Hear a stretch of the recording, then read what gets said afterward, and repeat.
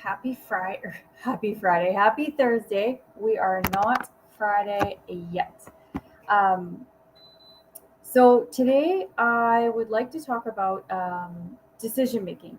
I also want to touch on words. I know I've talked about words matter before, but I think this is something. It's a really good reminder. Even just talking with people and reading what people say and hearing, I think it's something that needs reminding frequently. So making decisions.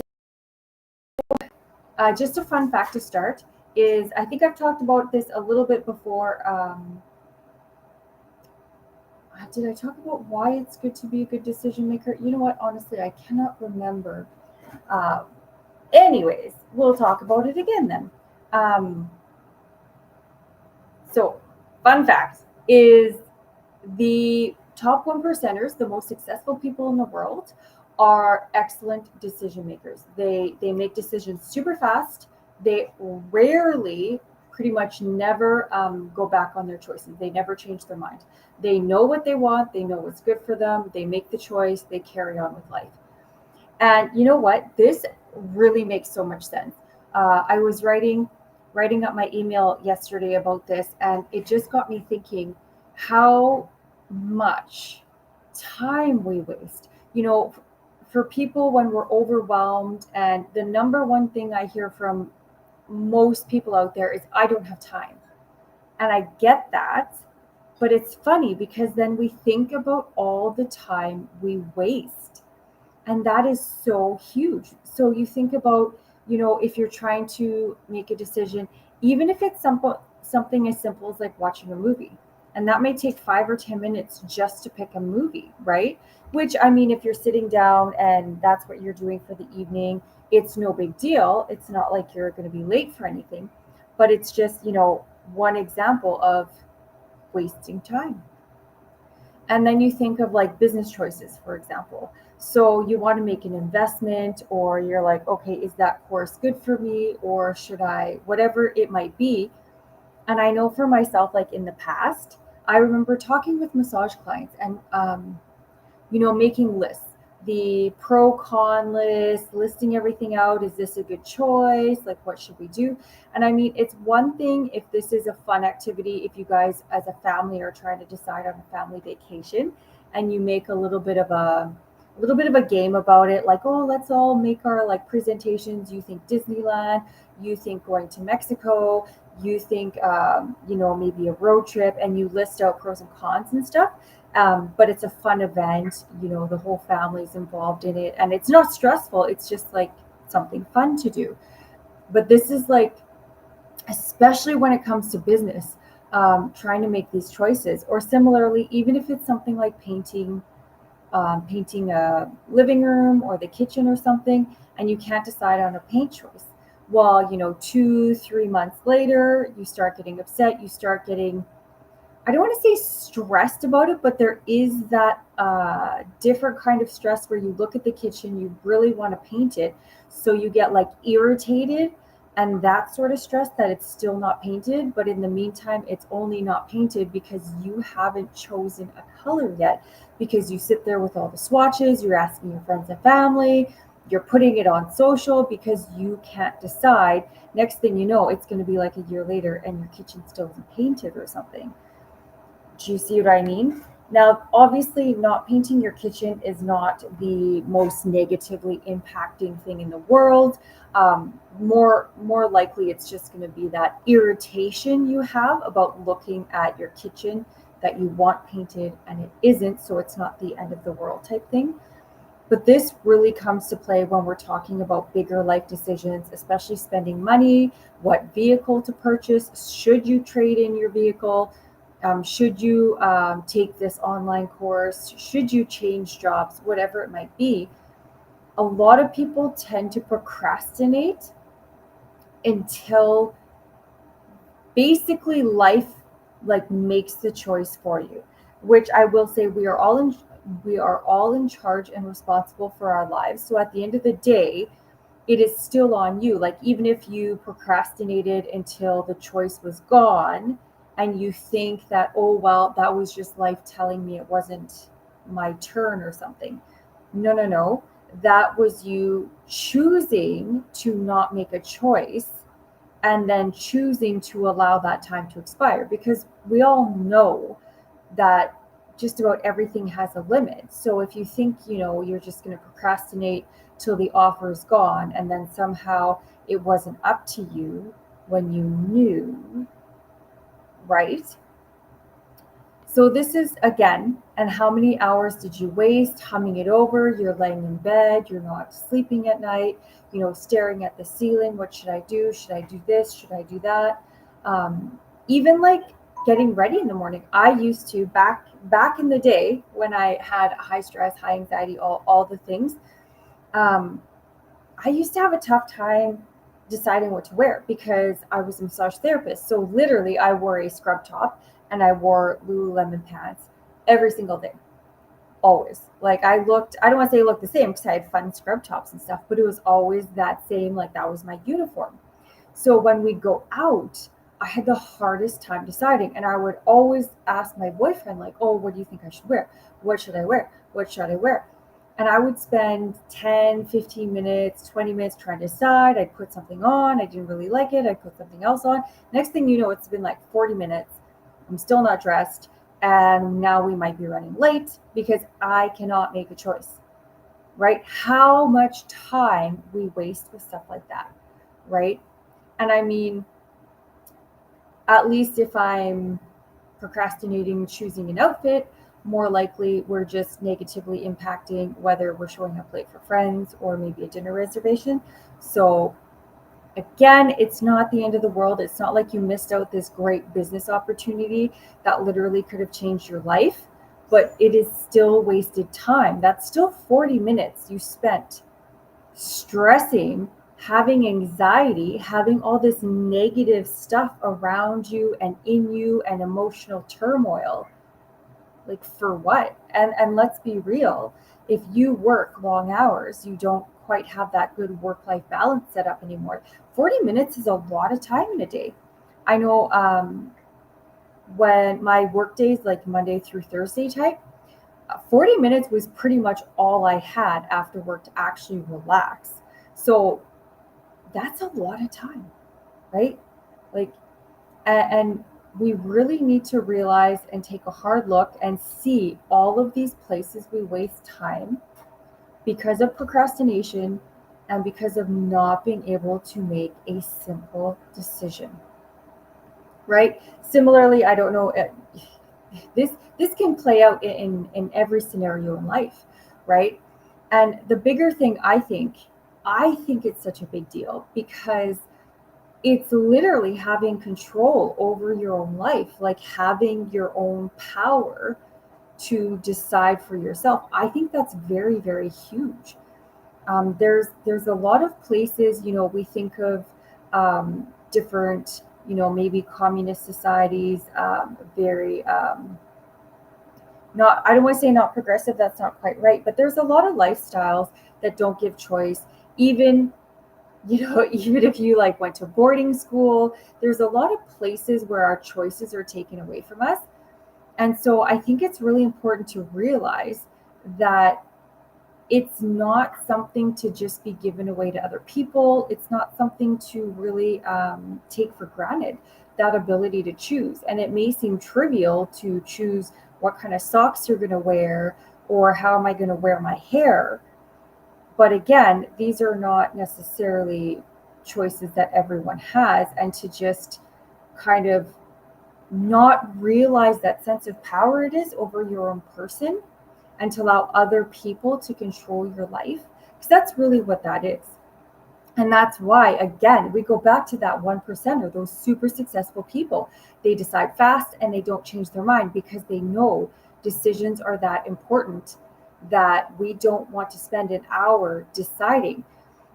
And remember, this is something, because I did read something interesting yesterday, and the comment was to the effect of decisions are very important and you should take your time, really think it out, and make sure you're making the right choice. And that's how a lot of us were raised. Um, I know it's similar. I was always raised like if you're going to buy something, you do your research, you figure out like if you're buying a couch, what brands are the best quality, what is your best bang for your buck. You get educated and then you make one purchase. You don't buy three couches in 30 years, you buy one couch that's going to last you 30 years. That's how I was raised. But similarly, it's along that thought process of um, this think it out, take your time, make the right decision. And I understand that from the perspective of that is how I was raised. You really want to make the right choices. But the problem with that is how many times have you talked yourself out of a good choice? Because everything has pros and cons. Literally everything. You know, you make the list, and I don't know, I've done this myself. You make your pros and cons list, and they're even. So that's not helpful. Like, how do you decide? And so everything has a pro and con. So there are a lot of situations where it might be the right choice for you, it might be the right decision, but we get scared. We want to stay in our comfort zone, especially when it comes around money, right? And then we talk ourselves out of it, thinking that we're talking ourselves into the right choice. Uh, I hope you see where I'm going with this, right? Where it's kind of like, okay, I'll use Tony Robbins, for example, just because his story popped into my head. So if you don't know his backstory, what it is he wanted to attend this, seminar. I can't remember the first guy he ever went to, but it was $10 to get into this seminar or talk or whatever you want to call it. And he literally, for him, that I think that was a week's worth of pay or something, or maybe it was $30 or something. And so he took like all the money he had and he went into this seminar. And he said it was life changing. Like he took in all the advice, he really absorbed it, but he knew from reading about this guy, people talking about this guy, he knew this guy was going to change his life. So this guy was worth spending literally all of his life savings and his money on this seminar to change his life. Now, how many of us would have done that? He didn't pros and cons it. He didn't budget out. Not that I'm saying not to budget or anything, but he just knew from his gut, from his instinct, this seminar is going to change my life. It is going to be worth every penny. I'm doing it. And he did it. He took that chance. And now look at him. I can't even imagine. He is, I think, the last event of his I took, he was saying he has 180 different businesses, successful businesses, something like that. And it all started with literally spending all of his money on a seminar. And it's funny because even after that, even he spent all the money, he had a job and he went to a bank, and I think he went to 5 different banks to get a loan to be able to go and hire this his first mentor. 5 different banks to get a loan to hire a mentor, not to buy a house, not to buy equity, not to buy a car, to hire a mentor. He took out a loan to hire a mentor. None of us would do that, which is funny because we do the same thing to go to university, which is literally educating us, which is literally what mentors do. But it's what we've been taught. It's the way we perceive things, the way we think about things, those stories we give them. And again, like there was no way he could pay that loan back in that moment. Like he really didn't qualify for it. That's why banks were giving it to him. But he was pitching to this lady, and this lady said, you know what? I got a good feeling about you. I'm going to support you. I am giving you this loan. We will figure it out. And again, look at him today. And that's why those successful people, like they just know, they have the gut feeling, this is right for me, I'm doing this, and they make that choice and it's done, right? So this is where it's so important to really start being a good decision maker. I mean, business success, I mean, it's time wasting. Another big one, now this might not be as important to you, but even just how you are perceived by other people, which, don't get me wrong, I'm the first person to say, do not care what other people think. But in this regard, being able to make decisions efficiently and quickly and not change your mind. These are characteristics of leadership. If you're in a room, no one's taking charge, everyone's just arguing about things. You can come in, you're like, I'm in charge, no one else wants to be. I'm deciding, we're doing this, let's get to work. Arguments are done, right? And um, a lot of people don't want to be in charge. I learned this when I was in massage school. It was actually a big eye opener for me. I assumed, we all assume we are normal. We are the average person. Most people are like us. But I want to say my class was probably 35 people in my massage class. And what I learned was the vast majority of those people did not want to own their own businesses. They did not want to work for themselves. They wanted to go work for someone else in some sort of massage clinic, and they just want to do their job, get paid, go home. They did not want any responsibility. They, as I put it, they literally enjoy being cogs in the wheel. And I remember asking someone, because I'm like, no, like, why would you purposefully choose to work for someone else when you can work on your own? I'm like, that just doesn't make sense to me. But again, it's, obviously personality styles, work styles, we're all different people. We all enjoy different things. And the one lady, I asked her, I'm like, I really don't understand. She's like, because it's easy. I don't have to worry about bills. I'm not worried about other people. I'm not worried about getting my own clients. All I have to do is show up, do my job, get paid, and go home. And I'm like, okay, fair enough. Those are very valid points. So that is one of those where there's just it popped through my head again. Different strokes for different folks. Whatever floats your boat, right? Like, there's so many different types of people. Like, we all have our areas that we fit in, but it's, again, being able to just decide what's right for you and not worry what other people think, of course, right? But at the same time, there's that vast group of people that do not want to have anything to do with leadership whatsoever. So there has to be someone that's going to step up, or people are just kind of lost. You're going to have, again, if you're, let's say you're a corporation and there's 8 of you on a project and you need to get this project done, there will be bickering, there will be conflict, there will be arguing over how to get this done, maybe where to start, whatever it might be. If a leader doesn't step up, take control, and be like, this is how we're going to do it, a lot of people might have opinions, but they're happy to just follow the orders, right? And this is just, if you're that person where you're not just happy sitting to the side, but you're also uncomfortable stepping up, then you should also know that all you have to do is be able to make good decisions, and you can easily not have to follow other people anymore. There's a place for us all type thing, right? But it does have a certain amount of um, like a general respect. Um, there's a confidence in it. People that just know, decide, do, and it's done. Um, it really is. Yeah, I'm going to say it really is just linked to your confidence, just knowing what you want, being able to decide. So now that I've rambled on quite a bit about why it's important and you want to be a good decision maker, whether you use leadership skills or not, but especially if you want to go up the ranks, maybe you're in the corporate world, you want to get promoted, you want to get ahead.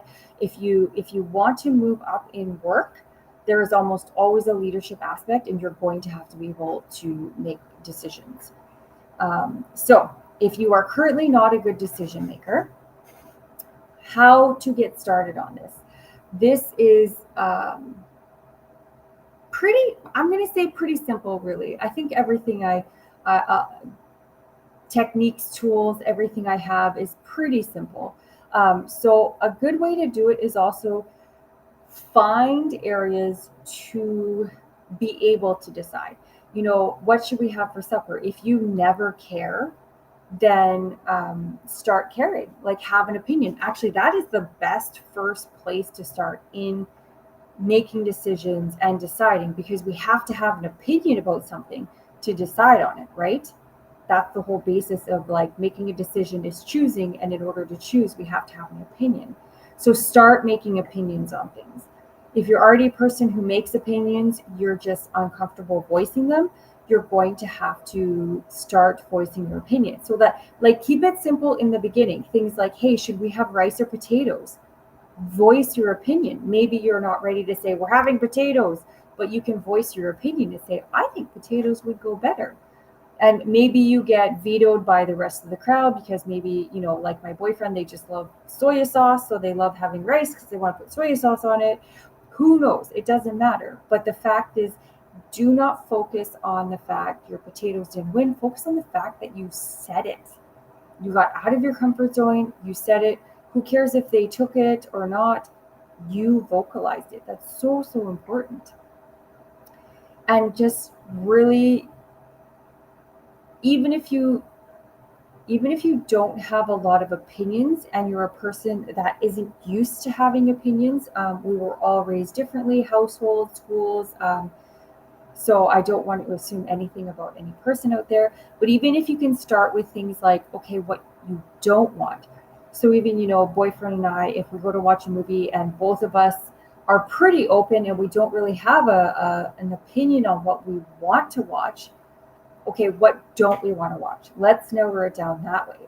And you can voice it, okay, I do not want to watch a drama today or whatever. Okay, let's go look at actions or something, right? And but just as long as you're having some sort of opinion, some sort of say. I hope that makes sense.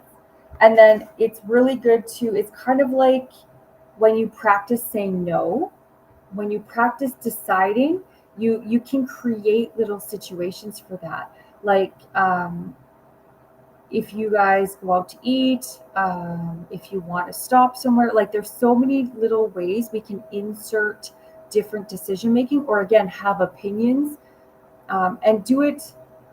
Now when I say opinions, I don't mean in a judgmental way of like being opinionated. Oh, she should not wear that shirt. Oh, it looks terrible. Not what I'm getting at. Just having an opinion about something. So again, having an opinion, different than being opinionated and judging. We're going to leave that at the door, right? So just, yeah, really finding ways. Hey, what should we have for supper? Well, maybe you can't think of something you actually want, but you can think, well, I don't want this. Like, I'm taking that off the table. Okay, just voicing things, getting heard. And then even like, if you're super bad at decision making, again, like what are you going to wear? If you're someone who has a hard time deciding what to wear, give yourself a time limit. I have 5 minutes to decide. I'm going to quickly try stuff on. And at the end of the time, I'm picking something. That's it. I'm just doing it. Done. And then just stick to that, right? it it's important to also know that anytime we grow, anytime we're creating a new habit, doing these new things, it is uncomfortable, because literally that's the point of a comfort zone. It's comfortable, it's what we know, it's what we do every day, it's safe. So when we get out of that, we're doing something new. We're creating new habits. We're in, we'll say, like, uncharted territory. And so of course it's going to be uncomfortable. I know I've heard this from every one of my mentors, my business coaches. It doesn't matter who or what they are. They all say the same thing. And that is, get comfortable with being uncomfortable. And I will say, truly, you kind of do actually get used to doing things you're not comfortable with. It is a very interesting feeling, but you do get used to it. And so it is awesome. It does become more of a habit to do uncomfortable things. But just know you might get a little flutter in your stomach. You might get a little nervous just because it is something uncomfortable, and that is fine. That is great. Just embrace the nervousness and know that you're growing and you're doing something positive for yourself. and switch that nervousness into excitement and being like, I am forming a new habit. Okay, it's working. I'm feeling uncomfortable. Okay, we're doing this. It's like, yay, go team. And then speaking of that, I've said it before, I'll say it again. You always want to make sure to celebrate those small wins. I can't remember where I heard this, but it was something where literally life is made up of small wins. Everything is a small win. And I think I want to say in my mentorship group, where how do you know what a big win is if you never celebrate anything small? If that makes sense, right? And it's one of those, big wins. What's your definition of a big win? And so if we just get in the habit of celebrating everything all the time, then we're in that habit. We're not going to miss, maybe the bigger win, and we never celebrate, and nothing's ever great. And then we miss that big celebration because we're too busy, looking for it or whatever. You know how if you're purposely looking for something and sometimes it's in front of your face and you still can't see it, right? So we want to get in that habit of always celebrating, always looking out for like, yeah, I did that. Yeah, I did that. Okay, check, check, check. So in that regard, I think it's great before bed to just, as you're trying to relax and be like, what are some great things? Yeah, I did. I went up the stairs. Oh, I chose a salad instead of fries. And I did this today. Like pick at least 3 wins that you can smile and be like, yeah, you rocked today. That was awesome.